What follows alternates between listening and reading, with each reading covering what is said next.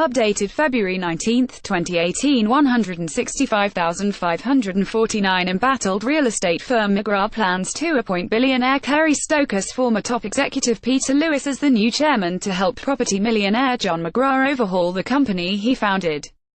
Key points: mcgrath to appoint former 7 West chief financial officer and ABC board director Peter Lewis as chairman. Most of board and chief executive have resigned amid turmoil at the company. mcgrath shares have fallen by around 80% since late 2015. The appointment is expected to be made at a board meeting today, after weeks of turmoil which has left the real estate firm with virtually no board members or top executives.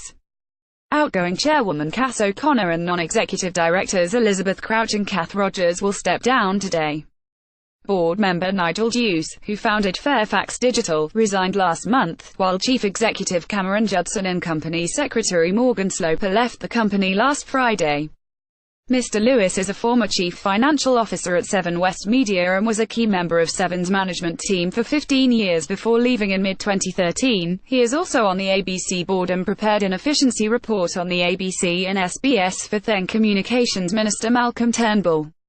Last Thursday, mcgrath posted a $25.5 million loss for the 6 months to the end of December, compared to a $2.7 million profit for the same time in 2016, amid a nearly $22 million write-down on the goodwill of the company's sales business. The loss was caused by lower sales because of fewer property listings, a significant fall in the number of real estate agents and a significant slowdown in mcgrath's project marketing business, which sells apartments and house and land packages. Investors received no interim dividend payout. The figures were far worse than predicted by the company in its last profit downgrade in January, when it flagged a small, before-tax loss of $50,000. mcgrath addresses reports of multi-million-dollar debt. The company went into a trading halt on Thursday so it could respond to media reports that Mr. mcgrath had a multi-million-dollar debt to bookmaker William Hill. In a statement to the stock exchange on Thursday, the property guru said the media reports were ridiculous. Like many Australians, I enjoy a punt. I have a credit account with a bookmaker for this purpose, he said. That account is not secured by, or otherwise connected with my shares in the company. The account is well within my means in the context of my net wealth. I have never, and would never, let what I might choose to do in my personal time impact upon the company. Mr. mcgrath denied other media reports earlier this month that he had a margin loan which used mcgrath shares as collateral, with the company telling the market, his shares in mcgrath are not, and have never been, used as security for any loan. mcgrath was forced on Friday to amend its financial reports because of numerous mistakes. These included the original financial accounts missing the signature of outgoing Ms. O'Connor and the accounts mistakenly saying the Melbourne suburb of Bentley was in New South Wales.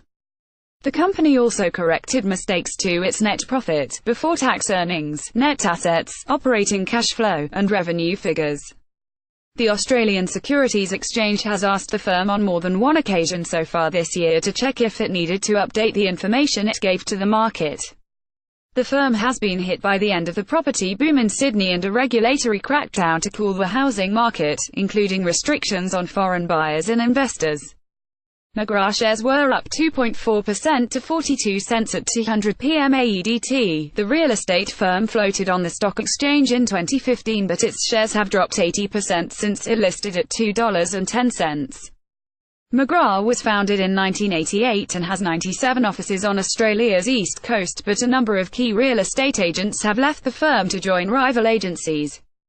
Mr. Lewis left the Seven network in mid-2013 and joined regional broadcaster Southern Cross Media as chief financial officer.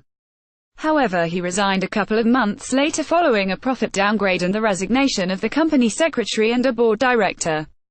In a statement at the time, Southern Cross Media refused to comment on media reports. Mr. Lewis resigned amid disagreements over possible write-downs on the value of its TV and radio licenses and a possible capital raising.